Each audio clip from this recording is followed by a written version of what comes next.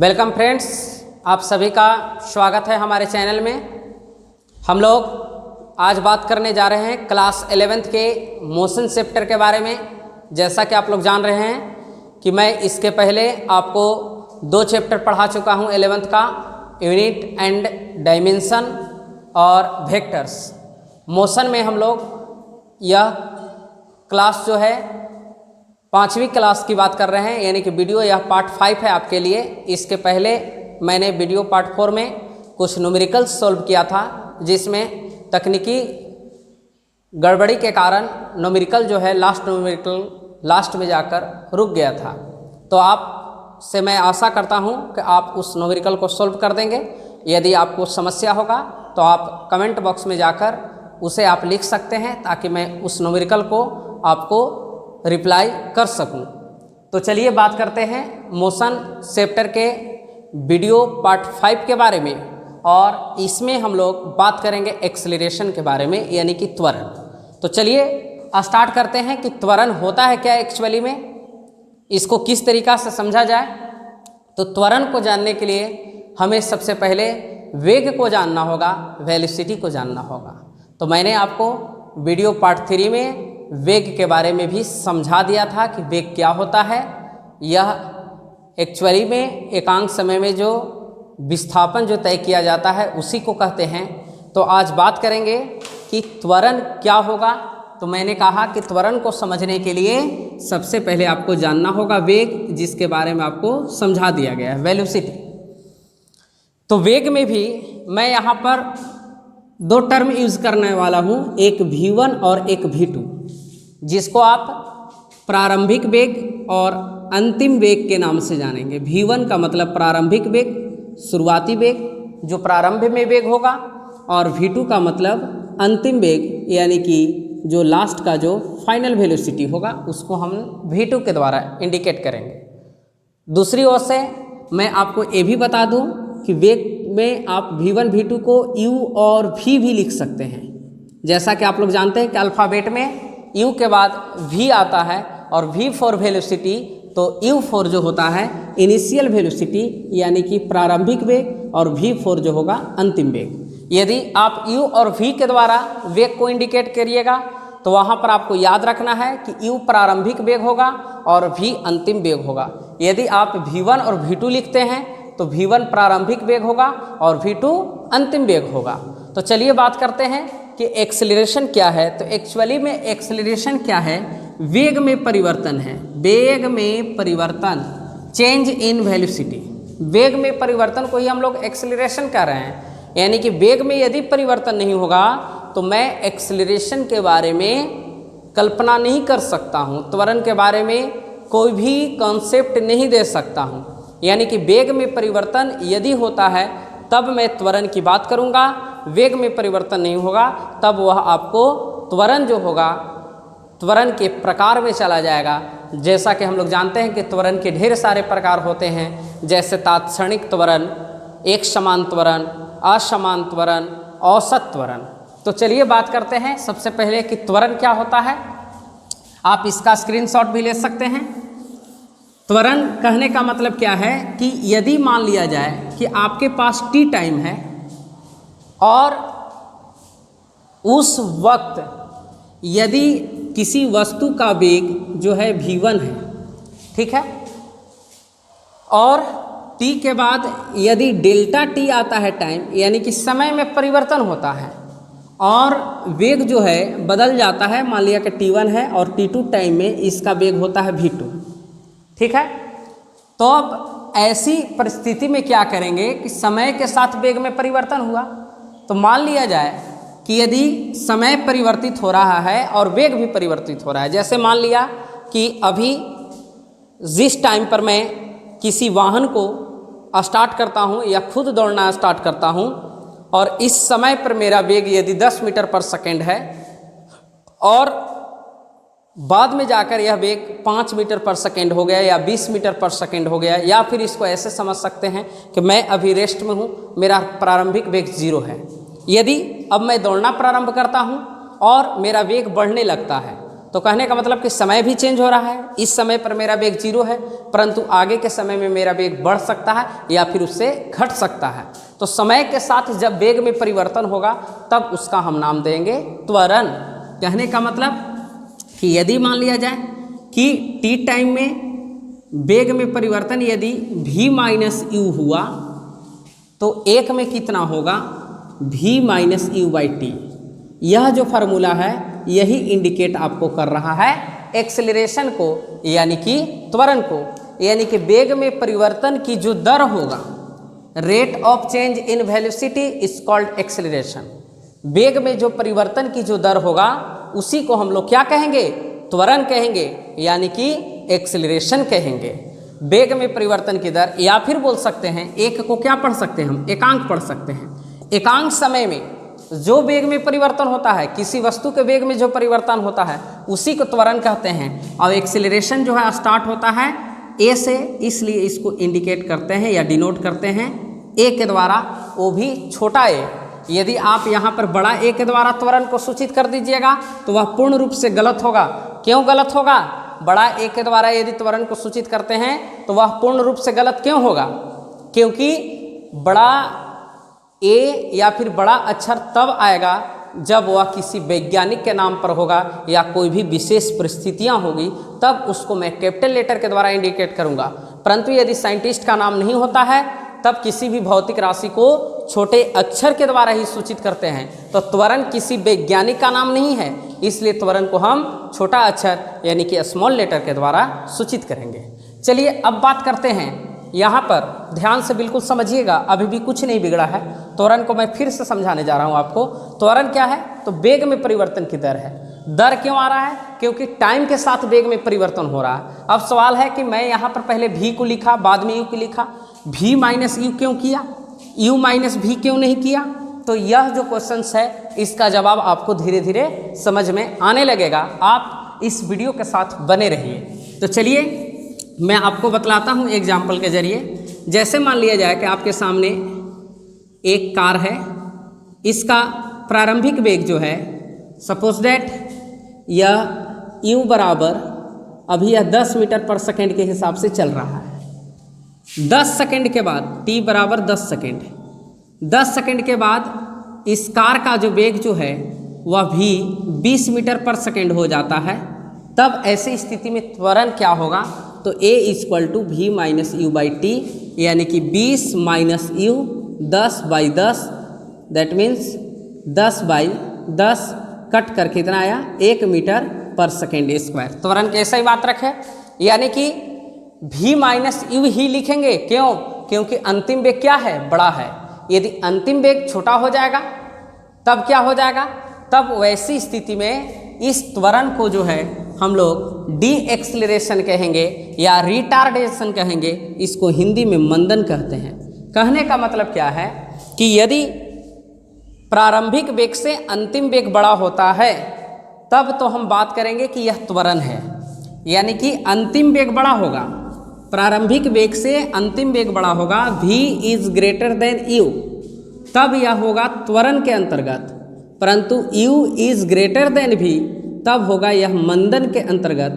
क्योंकि जब प्रारंभिक वेग बड़ा हो जाएगा और लास्ट का वेग छोटा हो जाएगा, जैसे मैं 72 किलोमीटर प्रति घंटा की रफ्तार से कोई गाड़ी को चला रहा हूँ और यदि ब्रेक लगाने पर उसका चाल जो है घटकर 0 हो जाता है या 72 से कम हो जाता है, तब वैसी स्थिति में उसे त्वरण नहीं, उसे हम क्या कहते हैं? मंदन कहते हैं। मंदन को इंग्लिश में क्या कहते हैं? रिटार्डेशन या फिर इसको डी एक्सेलरेशन कहते हैं। क्या कहते हैं? डी एक्सेलरेशन कहते हैं। यानी कि मंदन की बात कब करेंगे? जब वेग घटेगा, और त्वरण की बात कब करेंगे? जब वेग बढ़ेगा। इसलिए त्वरण के सूत्र में a बराबर v minus you by T लिखा जाता है। क्लियर? तो चलिए तो बात करते हैं कि त्वरण क्या होता है। तो हमने क्या बताया कि एकांक समय में, यानी कि समय के साथ जो वेग में परिवर्तन हो रहा है उसी को त्वरण कह रहे हैं, या फिर वेग में परिवर्तन की जो दर है, the rate of change in velocity with time, समय के साथ जो वेग में परिवर्तन की जो दर है उसी को हम लोग क्या कहते हैं, त्वरण कहते हैं। यानी दर किसके लिए यूज किया जा रहा है, तो टाइम में जो चेंजिंग है इसके लिए हम लोग दर शब्द का यहाँ पर प्रयोग कर रहे हैं। चाहे तो आप दर न भी बोल सकते हैं, लेकिन दर नहीं बोलने के लिए आपको क्या करना होगा, तो इसी फार्मूला को याद रखना होगा कि टी टाइम में यदि वेग में चेंजिंग हो गया v माइनस यू, जैसे यू 10 मीटर पर सेकेंड, v 20 मीटर पर सेकेंड या 10 से अधिक कोई भी वैल्यू ले सकते हैं, तो एक में कितना होगा, तो v minus you by T. इसी को बोल सकते हैं एकांक समय में जो वेग में परिवर्तन होता है किसी वस्तु को, उसी को हम लोग क्या कहते हैं, त्वरण कहते हैं। और इसे किस लेटर के द्वारा डिनोट किया जाता है, स्मॉल ए के द्वारा। अभी मैंने इसका कारण भी बतलाया कि त्वरण को छोटी ए के द्वारा ही क्यों सूचित करते हैं। तो ए बराबर आप डेल्टा भी अपॉन डेल्टा टी भी लिख सकते हैं। क्लास 11th में हम इसे इस रूप में भी देखेंगे, जैसा कि क्लास 9th में हम लोग ऐसा रूप में नहीं पढ़े थे। यहाँ पर डेल्टा का मतलब क्या है, चेंज। डेल्टा जो शब्द है इसका मतलब क्या है, चेंज। तो किस में चेंज, तो change in velocity. Delta T का मतलब क्या है, समय में परिवर्तन, चेंज इन टाइम। तो डेल्टा जब वर्ड यूज हुआ तो आपको समझना है कि वहाँ पर कुछ न कुछ परिवर्तन हो रहा है। तो A equal to delta V by delta T, या फिर इसी को आप लिख सकते हैं A equal to D V upon D T. अब D V upon D T या डी वी डी टी क्यों लिख रहे हैं, तो डी जो यूज होता है किसके लिए, वेरी स्मॉल चेंज, बहुत छोटा परिवर्तन हुआ तब उसके लिए मैं डी भी यूज कर सकता हूँ, और सिर्फ परिवर्तन के लिए डेल्टा भी यूज कर सकता हूँ। या तो इस रूप में आप इसको लिखें या तो इस रूप में आप इसे लिखें। इसी को क्लास 9th में हम लोग ए बराबर क्या लिख देते हैं, v minus you by T. इसी का स्टैंडर्ड फॉर्म क्या है, A equal to delta we upon delta T. Clear. तो अब बात करते हैं कि त्वरण तो एक सदिश राशि है, क्योंकि वेग में परिवर्तन की दर को त्वरण कह रहे हैं। तो वेग खुद एक सदिश राशि है, तो त्वरण भी जो होगा वह एक सदिश राशि होगा, क्योंकि जब वेग है और वेग में परिवर्तन हो रहा है तो वेग में एक निश्चित डायरेक्शन होता है, एक दिशा होता है। तो त्वरण में भी एक डायरेक्शन हो गया। तो जब डायरेक्शन प्रेजेंट होता है किसी फिजिकल क्वांटिटीज में तो उसको हम लोग वेक्टर के अंतर्गत काउंट करते हैं, इसलिए त्वरण एक सदिश राशि है। तो जब सदिश फॉर्म में इसको लिखेंगे, इन वेक्टर फॉर्म में यदि इसको आपको लिखना हो तो vector a is equal to delta we upon delta t. अब यहाँ पर देखेंगे कि v और t में कौन वेक्टर है, तो v वेक्टर है, तो delta vector v upon delta t। इस रूप में आप सदिश रूप में त्वरण को लिख सकते हैं। अब बात करते हैं त्वरण के एसआई मात्रक और विमीय सूत्र के बारे में। तो चलिए फटाफट उसके बारे में भी हम लोग यहाँ पर देख लें कि किस प्रकार से एसआई मात्रक लिखा जाता है। मैं आपको इस वीडियो में भी कंफर्म कर देना चाहता हूं, और आगे के वीडियो में भी मैं आपको कंफर्म करूंगा कि किसी भी फिजिकल क्वांटिटीज के आप एसआई मात्रक और उसके विमीय सूत्र को रटने का प्रयास नहीं करें, बल्कि समझने का प्रयास करें। क्योंकि जब आप एग्जामिनेशन में बैठते हैं तो एग्जामिनेशन हॉल में आपको किसी न किसी प्रेशर के कारण वह आपको एसआई मात्रक जो है आपके माइंड से निकल जाता है और आप उस क्वेश्चन को गलत कर देते हैं। तो आप समझने का प्रयास करें, रटे नहीं। जैसे बचपन से रटते चले आ रहे हैं कि त्वरण का एसआई मात्रक मीटर पर सेकेंड स्क्वायर, पर यह होता है कैसे और किस ढंग से इसको निकाला जाता है, उस प्रोसेस को आप समझिए, ताकि आपको आगे भी किसी भी प्रकार का कोई समस्या ना हो, या फिर दुनिया के कोई भी भौतिक राशि के बारे में आपको पूछा जाए, उसके एसआई मात्रक के बारे में पूछा जाए तो आप इजीली उसका आंसर कर सकें। तो चलिए बात करते हैं हम लोग कि त्वरण के एसआई मात्रक को कैसे निकाला जाए। तो एसआई यूनिट ऑफ एक्सेलरेशन, तो सबसे पहले आपको याद रखना है उसका फॉर्मूला यानी कि सूत्र। जब तक ना आपको सूत्र याद रखेगा तब तक आपको एसआई मात्रक मालूम नहीं पड़ेगा। तो ए इक्वल टू सूत्र क्या है, v minus you by T. अब बात करते हैं v minus you by t यानी वेग में परिवर्तन, जिसको अभी हमने लिखा delta v upon delta t. अब देखिए वेग में परिवर्तन, तो रिजल्ट क्या बचेगा, वेग ही बचेगा। जैसे 10 मीटर पर सेकेंड में से यदि मैं घटा दूं 5 मीटर पर सेकेंड, तो आपका रिजल्ट क्या आने जा रहा है, 5 मीटर पर सेकेंड। यानी कि क्या बच रहा है, मीटर पर सेकेंड किसका एसआई मात्रक है, वेग का, यानी कि रिजल्ट आपका वेग बच रहा है। तो रिजल्ट आपका क्या बचा, वेग। और समय में परिवर्तन, तो समय बचेगा, तो वेग बटा समय। और वेग का सूत्र क्या होता है, विस्थापन। और बटा में वेग बराबर विस्थापन बटा समय, और नीचे पहले से क्या है, समय है। तब यहाँ पर क्या हो गया, विस्थापन बटा समय के स्क्वायर। विस्थापन क्या है, एक प्रकार की लंबाई है, और नीचे क्या हो गया आपको, समय का स्क्वायर हो गया। लंबाई के SI मात्रक क्या होता है, मीटर होता है, और समय के SI मात्रक क्या होता है, सेकेंड। इसका स्क्वायर है स्क्वायर, एस के पावर 2 ऊपर जाएगा तो m एस के पावर -2।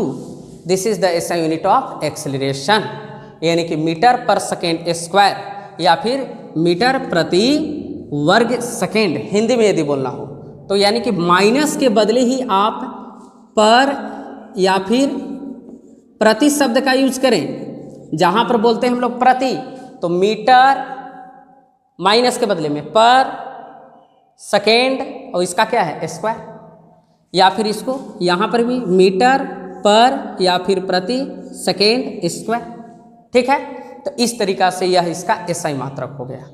और SI मात्रक के बारे में यदि बात किया जाए, जो कि आपको तमाम प्रकार के कंपटीशन में इस तरीका से इजी क्वेश्चन नहीं देगा।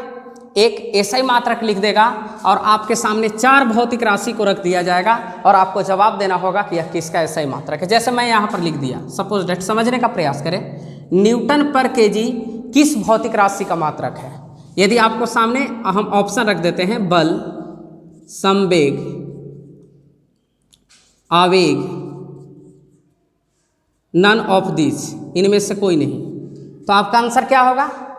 यदि आप रटे हुए रहिएगा कि त्वरण का SI मात्रक सिर्फ और सिर्फ मीटर पर सेकेंड स्क्वायर जानते हैं, या फिर आपको यहाँ पर बल के जगह पर त्वरण ही हम लिख देते हैं ऑप्शन में, क्योंकि क्वेश्चन फिर गलत हो जाएगा।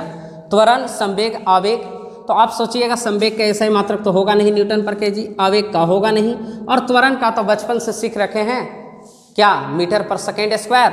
तो आपका आंसर डायरेक्ट चल जाएगा इनमें से कोई नहीं, जो कि गलत हो जाएगा, क्योंकि फॉर्मूला जो है त्वरण से रिलेटेड सर आइजैक न्यूटन ने भी गति के नियम में बतलाया था, दूसरे गति के नियम में बतलाया था, F बराबर ma, F बराबर ma।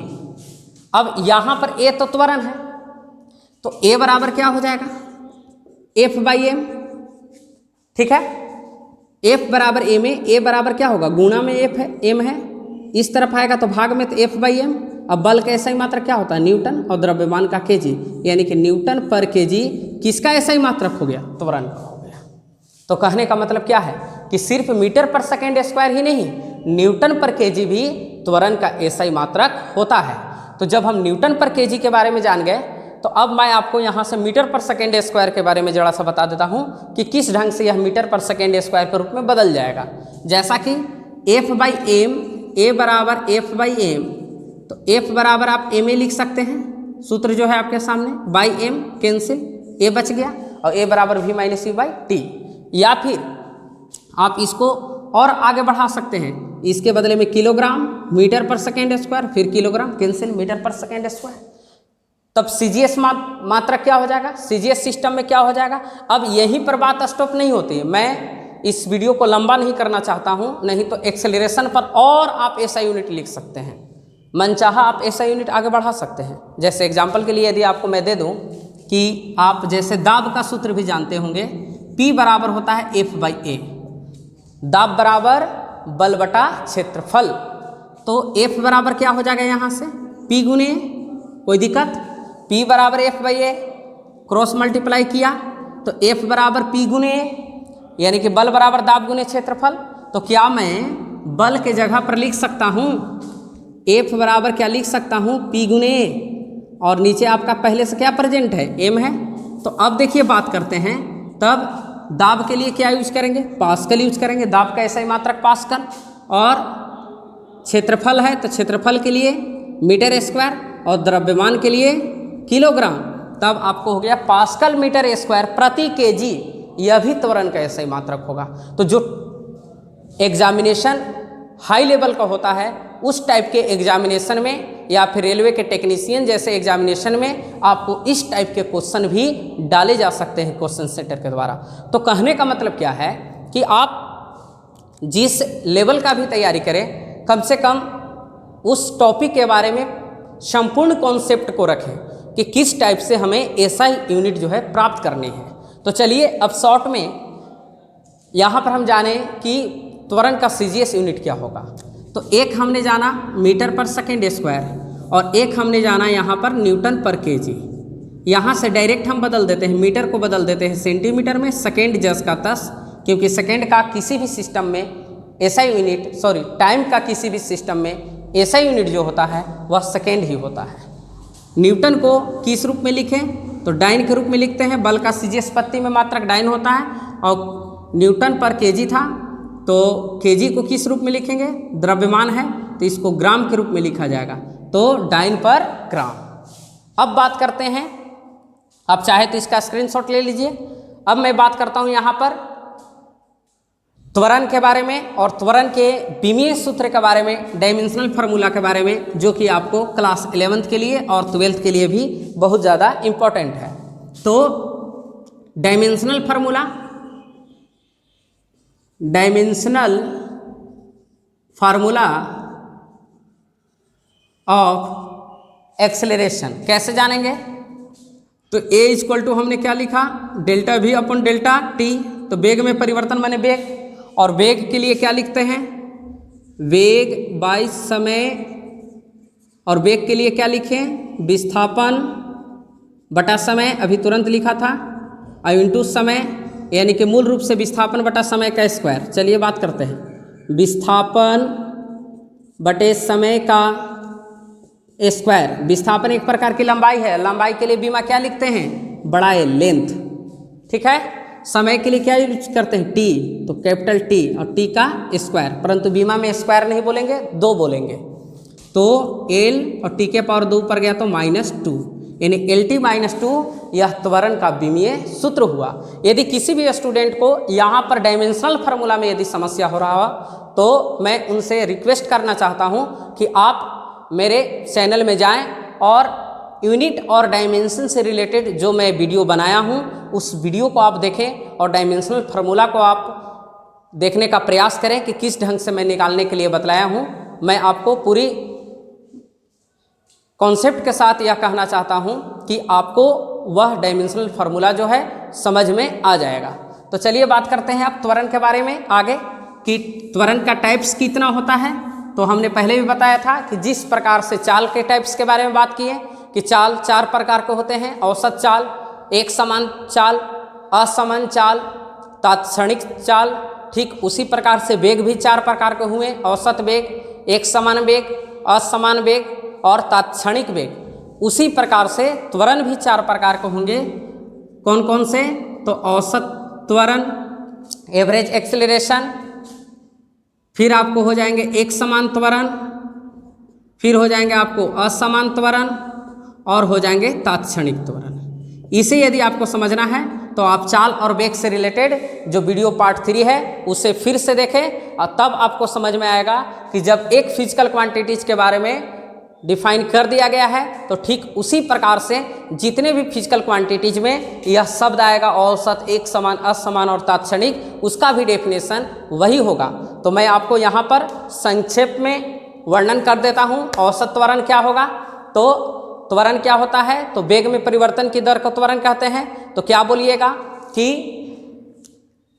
कुल वेग में परिवर्तन, टोटल, औसत एवरेज में टोटल वर्ड का यूज करते हैं, यानी कि कुल वेग में परिवर्तन की जो दर जो होगी, यानी कि टोटल समय के साथ, यानी कुल समय के साथ जो वेग में परिवर्तन की दर जो होगी टोटल, वही जो होगा आपको औसत त्वरण होगा।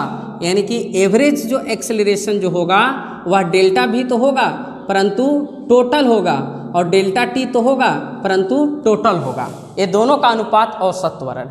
एक समान त्वरण किसको कहेंगे, तो जब आपको वेग में परिवर्तन की जो दर जो होगी, यानी कि समय के साथ किसी वस्तु के वेग में परिवर्तन अगर आपको एक समान रहता है, यानी कि वह वेरिएबल नहीं होता है, तब उस परिस्थिति में आप एक समान त्वरण कहेंगे या फिर इसको आप अचर त्वरण कहेंगे, कांस्टेंट कहेंगे।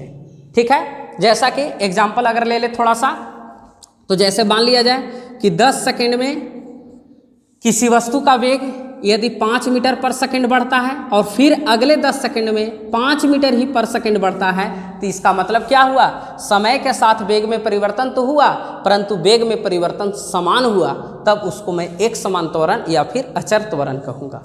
असमान त्वरण में यदि 10 सेकंड में वेग में परिवर्तन 5 मीटर पर सेकंड हुआ, अगले 10 सेकंड में 5 मीटर पर सेकंड से कम हुआ या 5 मीटर पर सेकंड से ज़्यादा हुआ, तब वह असमान त्वरण हो जाएगा, यानी कि वह चर त्वरण हो जाएगा या वह परिवर्तित त्वरण हो जाएगा, वेरिएबल एक्सेलरेशन हो जाएगा।